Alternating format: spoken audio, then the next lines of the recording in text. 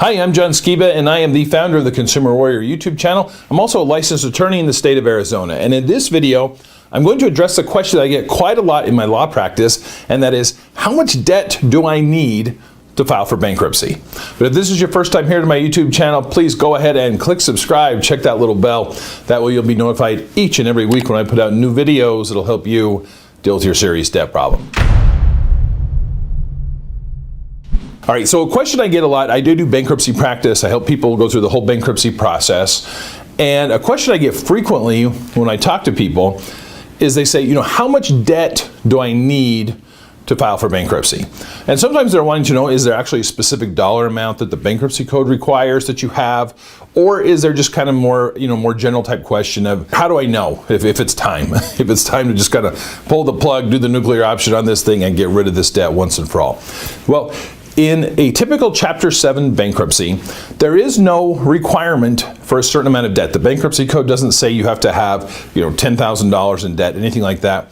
And surprisingly, you don't have to have any debt, which I know is kind of weird. Why would you file bankruptcy? And there may be reasons out there, but you don't even have to have any debt to actually file for bankruptcy.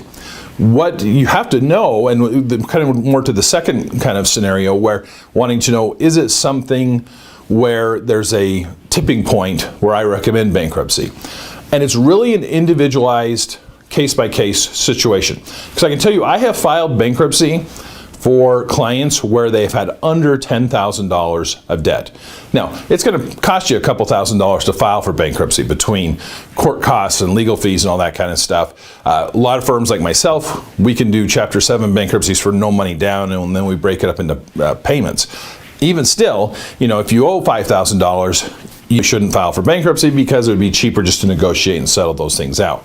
But I have filed bankruptcy in situations where there's under $10,000 owed because that particular client, their financial situation was not going to change. They had a set income and they were having creditors that were harassing them constantly and causing a lot of stress.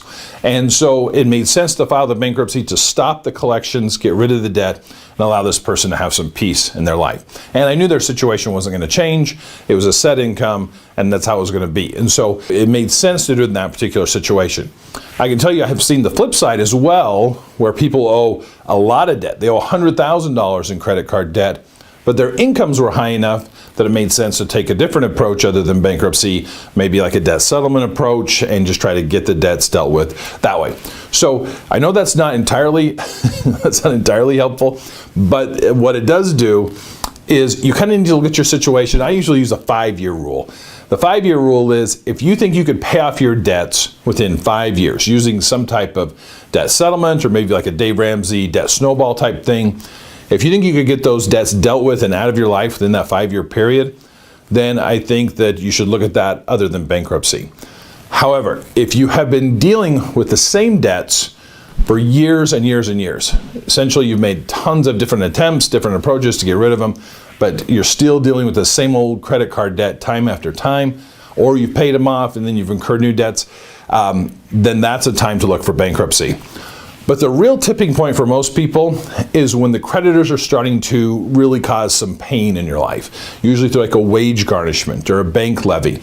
They're doing something that's causing where they're actually taking things from you and making it so you can't cover your general expenses. Then bankruptcy becomes really a must for a lot of people, because as soon as a bankruptcy case gets filed with the court, it stops all collections, stops all wage garnishment, phone calls, letters, all that kind of stuff stops completely. So I hope that gives you some framework. If you're dealing with a serious debt problem and you're in the state of Arizona, I'd be happy to talk with you.